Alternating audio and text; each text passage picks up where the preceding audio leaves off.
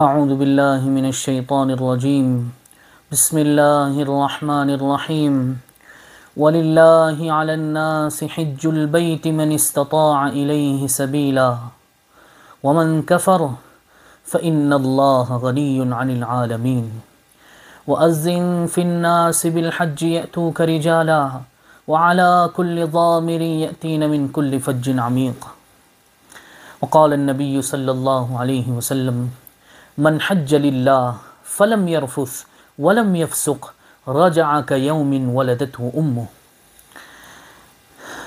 دیکھیں اللہ تبارک و تعالی قرآن پاک کی آیت میں کیا فرما رہے ہیں، وَلِلَّهِ عَلَى النَّاسِ حِجُّ الْبَيْتِ، کہ لوگوں پر اللہ کا یہ حق ہے کہ اس کے گھر کا حج کریں۔ کن لوگوں پر؟ جن کو اللہ تبارک و تعالیٰ نے استطاعت سے نوازا ہو، جن کو اللہ تبارک و تعالیٰ نے بدنی یعنی صحت عطا فرمائی ہو اور مالی استطاعت یعنی مال عطا فرمایا ہو، ان پر لازم ہے، ان پر فرض ہے، ان پر ضروری ہے کہ اللہ کے گھر کا حج کریں۔ دیکھیں کعبۃ اللہ، یہ کعبہ جو ہے اس کی بڑی تاریخ ہے۔ سب سے پہلے تو یہ سمجھے کہ کعبہ کو کعبہ کیوں کہا جاتا ہے۔ کعبن کے معنی عربی میں آتے ہیں، ابھرے ہوئے حصے کو کعبن کہا جاتا ہے۔ ہمارے پیر کی جو ہڈی ہے جسے ہم ٹخنا کہتے ہیں، یہ بھی اس کو عربی میں کعب کہا جاتا ہے چونکہ یہ ابھری ہوئی ہوتی ہے۔ تو کعبۃ اللہ کی تاریخ یہ ہے کہ جب اللہ تبارک و تعالیٰ نے اس زمین کو، دنیا کو بنانے کا ارادہ کیا تو پہلے تو یہ پانی تھا پورا، تو اللہ تبارک و تعالیٰ نے کیا کیا، پانی کے اندر سے ایک بلبلے کی طرح زمین کو اٹھایا اور اس کو پھر روٹی کی طرح پورا گول حصہ ایسے بیل دیا۔ تو یہ جو اٹھا ہوا حصہ ہے، جس جگہ سے اٹھایا گیا اسی جگہ، عین اسی جگہ کعبۃ اللہ واقع ہے، اس وجہ سے اسے کعبہ کہا جاتا ہے۔ اچھا، کعبۃ اللہ کو کس نے بنایا سب سے پہلے؟ اس میں اختلاف ہے، سب سے پہلے جناتوں نے بنایا یا سب سے پہلے حضرت آدم علیہ السلام نے بنایا۔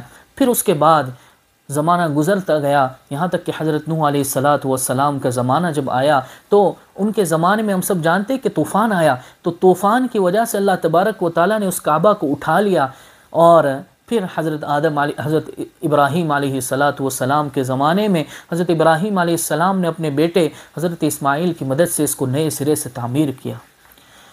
میرے محترم بھائیو، دوستو، بزرگوں، اگر اللہ تبارک و تعالیٰ نے استطاعت سے نوازا ہو، ضرور حج کریں، اس لیے کہ حج یہ بہت بڑا رکن ہے اسلام کا اور فرض ہے۔ اللہ تبارک و تعالیٰ نے صاحب استطاعت پر حج کو فرض کیا ہے۔ ارے کتنی بڑی فضیلت اللہ کے نبی صلی اللہ علیہ وسلم نے بیان فرمائی کہ من حج للہ، جس نے اللہ کے لیے فرض حج کیا، اللہ کے لیے حج کیا، فلم یرفث، اس حج کے اندر کوئی فحاشی نہیں کی، فحش بول نہیں بولے، فحش کام نہیں کیے، برا کام نہیں کیا، ولم یفسق، اور گناہ کا کام نہیں کیا۔ اللہ کے نبی فرماتے ہیں رجع کیوم ولدته امه، اللہ کے نبی صلی اللہ علیہ وسلم فرماتے ہیں کہ وہ ایسے لوٹے گا، جب وہ حج سے واپس آئے گا تو ایسا ہوگا جیسے ماں کے پیٹ سے آج نکلا ہے۔ کیا مطلب؟ گناہوں سے بالکل پاک صاف اللہ تبارک و تعالیٰ اسے فرما دیں گے۔ اس لیے ایک حدیث میں ہے، اللہ کے نبی صلی اللہ علیہ وسلم فرماتے ہیں کہ جب حاجی آئے تو تم، حاجی جب حج کر کے آئے تو تم اس سے مصافحہ کرو، اس سے معانقہ کرو، اس لیے کہ وہ پاک صاف ہو کر آیا ہے۔ اور ایک حدیث میں اللہ کے نبی صلی اللہ علیہ وسلم نے حاجی کے لیے دعا فرمائی اور فرمایا، اے اللہ حاجی کی مغفرت فرما، حاجی کے گناہوں کو معاف فرما، اور حاجی جس کے لیے مغفرت چاہے، جس کے لیے مغفرت کی دعا کرے، اس کی بھی مغفرت فرما۔ تو کیا معنی ہوا؟ یعنی میں اگر حاجی سے دعا کرواتا ہوں تو اس کا مطلب یہ ہے کہ ڈائریکٹ مجھے دعا میرے نبی صلی اللہ علیہ وسلم کی مل رہی ہے۔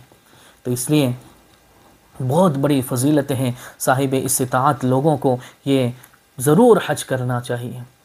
اچھا دیکھیں، ابھی کچھ حج کے بارے میں وضاحت کی جاتی ہے انشاءاللہ۔ سب سے پہلی بات تو یہ ہے کہ کس پر حج فرض ہوتا ہے، تو اس میں کچھ شرائط ہے۔ حج کے فرض ہونے کے لیے کچھ شرائط ہیں۔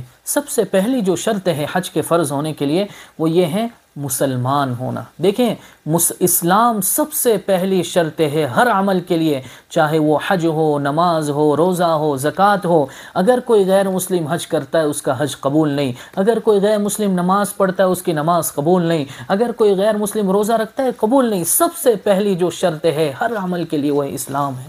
ہاں اسلام ہوگا تو قبول ہے. پہلی شرط اللہ فرماتے پہلے مجھے مانو، میرے نبی کو مانو. اگر ہم دونوں کو مانتے ہو، مجھے خدا اور میرے نبی کو پیغمبر مانتے ہو، تو پھر اس کے بعد سب باتیں ہیں. باقی جتنا عمل کرو چاہے مرضی پڑے قیامت تک سجدے میں رہو، کوئی عمل قابل قبول نہیں. تو سب سے پہلی شرط کیا بیان فرمائی، کیا بیان کی؟ سب سے پہلی شرط یہ ہے کہ مسلمان ہونا. دوسری شرط یہ ہے کہ بالغ ہونا. لہٰذا اگر نابالغ کے پاس پیسہ ہے تب بھی اس پر حج فرض نہیں ہوگا. دیکھیں یہ جو شرطیں بیان کی جا رہی ہیں وہ حج فرض کب ہوتا ہے اس کی شرطیں ہیں. تو بالغ ہونا، دوسری شرط یہ ہے کہ بالغ ہونا. تیسری شرط یہ ہے کہ عاقل ہونا، یعنی عقل مند ہونا.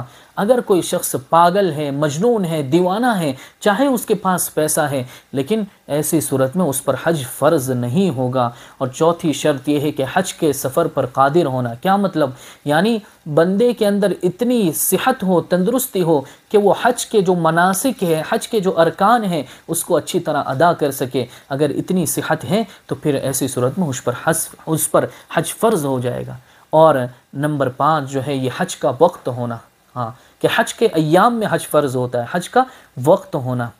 اور حج کی استطاعت ہونا. استطاعت کا مطلب کیا ہے؟ دیکھیں اسے اچھی طرح سمجھیں. کتنے پیسوں میں، کتنے خرچے میں حج فرض ہو جاتا ہے؟ تو یہ ہر ایک کا مختلف ہے، ہر ایک کا مختلف ہے. حج کی استطاعت کا مطلب یہ ہے کہ اگر مثلا مجھ پر حج فرض کب ہوگا کہ میرے پاس یہاں سے سعودی عرب تک کا ٹکٹ ہو، واپس آنے کا خرچہ، یہاں سے جانے کا خرچہ، واپس آنے کا خرچہ، وہاں رہنے کا خرچہ، اور پیچھے اگر میں اپنے گھر والوں کو چھوڑ کر جاتا ہوں تو ان کا پورا خرچہ، جب تک میں وہاں رہوں ان کا پورا خرچہ. اگر کسی کے پاس اتنا مال و دولت ہے تو پھر ایسے بندے پر حج فرض ہو جائے گا. ایسے بندے پر حج فرض ہو. یہ تو ہو گیا حج فرض. اب جانا کب ضروری ہے؟ بھائی ایک بندے پر حج تو فرض ہو گیا، اب اس کے لیے کب ضروری ہے جانا؟ تو دیکھیں اس میں سب سے پہلا یہ ہے کہ تندرستی، جیسے پہلے بتایا تندرستی. لہٰذا اگر کوئی بندہ بیمار ہے تو اس کے لیے اجازت، یعنی اتنا بیمار ہے کہ حج کے مناسک ادا کرنے پر قادر نہیں ہے، تو اس کے لیے اجازت ہے کہ پھر وہ حج کو ڈیلے کر سکتا ہے، یعنی مؤخر کر سکتا ہے. اچھا دوسرا، حکومت کی طرف سے اجازت کا ہونے، یعنی ویزے کا ہونا. ہاں ویزے کا ہونا. اچھا ویزا اگر نہیں مل رہا ہے حکومت کی طرف سے تو پھر ایسی صورت میں تاخیر کی گنجائش ہے. اس سال نہیں تو بھائی آئندہ سال. لیکن اس میں ہمارے ذمہ یہ ہے کہ ہم کوشش کرتے رہیں، ہم کوشش کرتے رہیں. انشاءاللہ وہاں لبیک پکاری جائے گی، اللہ تبارک و تعالی ہماری لبیک کو قبول فرمائیں گے انشاءاللہ. تو ویزے کا ہونا یہ بھی ایک شرط ہے حج کے فرض ہونے کے لیے. یعنی حج تو فرض ہو گیا، اب جانا کب ضروری ہے؟ تاخیر کی گنجائش کب ہے؟ اگر ویزا نہیں ہے اور تاخیر ہو رہی ہے تو اس کی وجہ سے، یعنی لیٹ ہو رہا ہے، ڈیلے ہو رہا ہے، تو اس کی وجہ سے آدمی گنہگار نہیں ہوگا. اچھا تیسرا، راستے کا پرامن ہونا. ایک آدمی حج کے لیے جانا چاہتا ہے، اس کے پاس سب کچھ اسباب ہے، لیکن راستہ ہی خوف زدہ ہے، راستہ ایسا ہے کہ اس میں قتل و غارت ہو رہا ہے، حملے ہو رہے ہیں، حاجیوں کو مار دیا جا رہا ہے. تو پھر ایسی صورت میں اگر وہ ڈیلے کرتا ہے حج کو، بعد میں جاتا ہے، کوئی حرج نہیں، گنجائش ہے.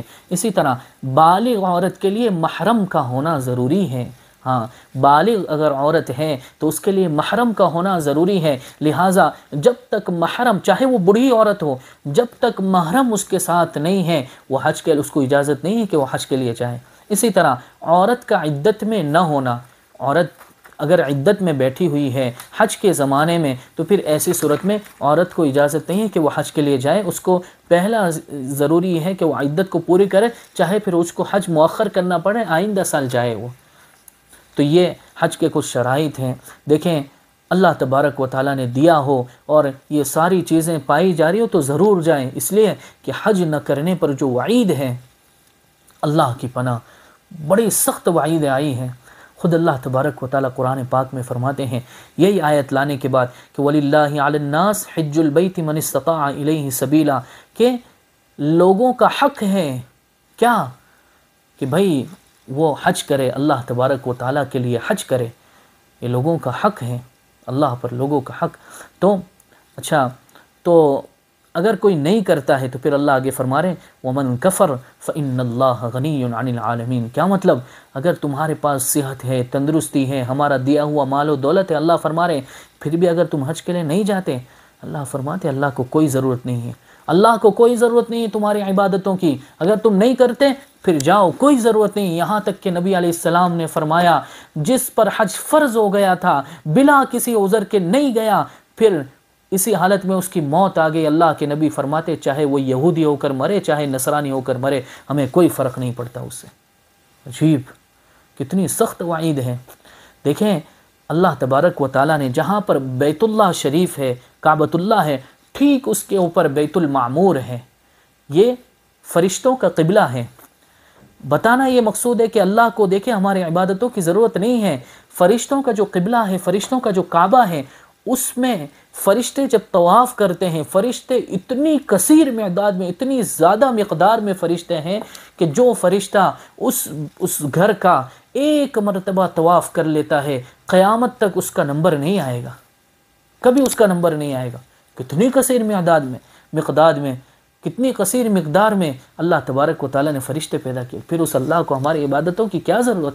یہ تو میری خوش قسمتی ہے اگر میں اللہ کا گھر دیکھنے جاتا ہوں، مجھے اللہ بلاتے ہیں، میری خوش قسمتی ہے اس لیے۔ اور حضرت ابن عمر رضی اللہ تعالیٰ عنہ کے عجیب بات، ان کا جملہ لکھا ہے حضرت شیخ رحمۃ اللہ علیہ نے فضائل حج میں، حضرت شیخ زکریا رحمۃ اللہ علیہ نے حضرت ابن عمر کے حوالے سے لکھا ہے، وہ فرمایا کرتے تھے حضرت ابن عمر رضی اللہ عنہ کہ جس شخص پر حج فرض ہو اور وہ اسی حالت میں مر جائے، کل قیامت میں اس کی پیشانی پر کافر لکھا ہوا ہوگا۔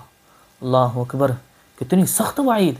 حضرت سعید بن جبیر، ابراہیم نخعی رحمہ اللہ، یہ دو بڑے تابعین گزرے ہیں، وہ فرماتے ہیں کہ جس شخص پر حج فرض ہو اور اسی حالت میں وہ مر جائے، حج نہ کرے، اگر ہمیں پتہ چلے ہم اس کا جنازہ نہیں پڑھیں گے، تو اس لیے اللہ تبارک و تعالیٰ نے دیا ہے، ہم جائیں، ہم اپنی اولاد کو لے جائیں، ہم دکھائیں بھائی وہ بیت اللہ جو ہے، اللہ کا جو گھر ہے، یہ پاور ہاؤس ہے ہمارے لیے، ہاں نور وہاں سے تقسیم ہوتا ہے، ہم وہاں جا کر اللہ کا نور اپنے سینوں میں لے کر آئیں اور اپنی امت کو اور اپنے علاقوں کے لوگوں کو تقسیم کریں، یہ ہے۔ ہاں پیسہ تو ویسے بھی ختم ہو جانا ہے، زندگی ویسے بھی ختم ہو جانی ہے، اس لیے کوشش کریں جیسے حج فرض ہو فوراً چلے جائیں، اگر نہ بھی ہوا ہو تو بھی اگر اللہ تبارک و تعالیٰ نے کچھ مال و دولت دے رکھا ہے اور حج فرض ہو گیا تو جانا ہی ہے، لیکن اگر اتنا مال و دولت دے رکھا ہے کہ عمرہ کے لیے جا سکتے ہیں، جن پر حج فرض نہیں ہوا، تو کم از کم اتنی کوشش کر لیں کہ عمرہ کے لیے چلے جائیں کہ اللہ کا گھر دیکھ لیں۔ ہاں یہ آنکھوں سے اللہ کا گھر، نبی علیہ السلام کی قبر، ہمارے لیے تو یہ دو ہی سہارے ہیں نا، ہمارے لیے تو یہی سب کچھ ہے۔ اس لیے اللہ سے دعا ہے اللہ ہم سب کی لبیک کو قبول فرمائے، یا اللہ ہم سب کی لبیک کو قبول فرمائے، ہم سب کو لے جائے اور بار بار کی حاضری کی توفیق نصیب فرمائے۔ اس کے لیے ایک بہترین عمل ہم نے کئی مرتبہ اللہ والوں سے سنا، حضرت مفتی محمد شفیع صاحب نے بھی لکھا اور کئی مرتبہ اللہ والوں سے سنا کہ بھائی اگر کسی کے پاس پیسے نہیں ہیں، جانے کے اسباب نہیں ہیں، تو اسے کیا کرنا چاہیے، کیا صورت ہو سکتی ہے کہ اس کے لیے آسان ہو جائے؟ سب سے آسان طریقہ فرمایا کہ ایک ڈبہ بنا لے، ایک کوئی بھی غلہ جسے ہم کہتے ہیں عام زبان میں، ایک ڈبہ بنا لے اور اس کے اندر جتنی حیثیت ہو اتنے پیسے ڈالتے رہیں۔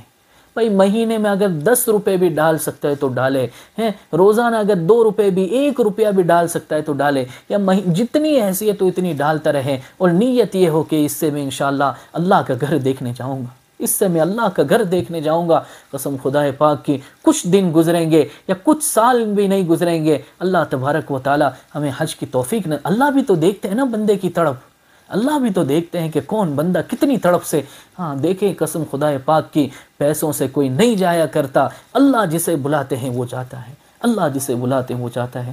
اس لیے اور خاص طور پر اگر ہم اس کیفیت میں جائیں گے جو پیسے تھوڑے تھوڑے جمع کر کے، کیا منظر ہوگا جب ہم تھوڑے تھوڑے پیسے جمع کر کے اللہ کے دربار میں پہنچے اور کعبۃ اللہ سامنے ہو۔ ایسے لوگ کتنے اللہ والوں کے اور کتنے ایسے لوگوں کے جو پیسے تھوڑے تھوڑے اپنی محنت کی کمائی کر کے لے جاتے ہیں، اور جب وہاں جاتے ہیں کعبۃ اللہ کو دیکھ کر ان کے ہوش اڑ جاتے ہیں، آنکھوں سے آنسو جاری، ہوش اس لیے کہ اللہ کا گھر، اللہ جس وہم و گمان میں بھی نہیں تھا آپ نے یہاں پہنچا دیا۔ تو اس لیے کوشش کرنا ہمارا کام ہے، باقی پہنچانا اللہ کا کام ہے، اور اللہ اپنے بندے کی تڑپ کو جانتا ہے، اللہ اس کی تنہائیوں کو بھی جانتا ہے اپنے بندے کی، اور اللہ اس کے ظاہری اعمال کو بھی جانتا ہے۔ اس لیے اللہ سے مانگتے بھی رہیں، کوشش بھی کرتے رہیں۔ اس فقیر کے لیے بھی دعا کرے، اس عاجز کے لیے بھی دعا کرے، اس بندے کے لیے بھی دعا کرے۔ اللہ تبارک و تعالی مجھے بھی حج کی سعادت نصیب فرمائے، اللہ تبارک و تعالی میرے والدین کو بھی حج کی عمرہ کی سعادت نصیب فرمائے۔ اللہ تعالیٰ سے دعا ہے اللہ ہم سب کو قبول فرمائے۔